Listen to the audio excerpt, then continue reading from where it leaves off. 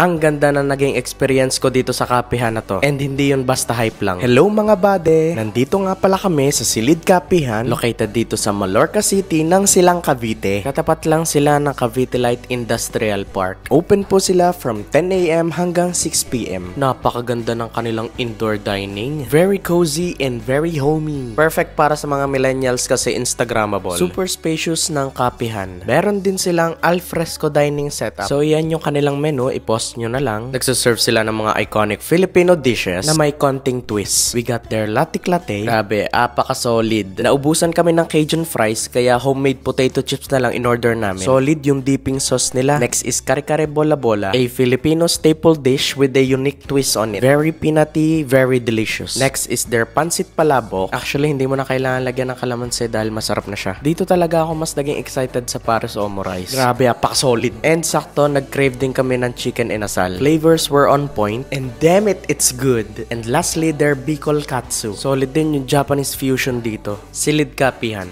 10 out of 10. Would highly recommend ang Silid Kapihan kasi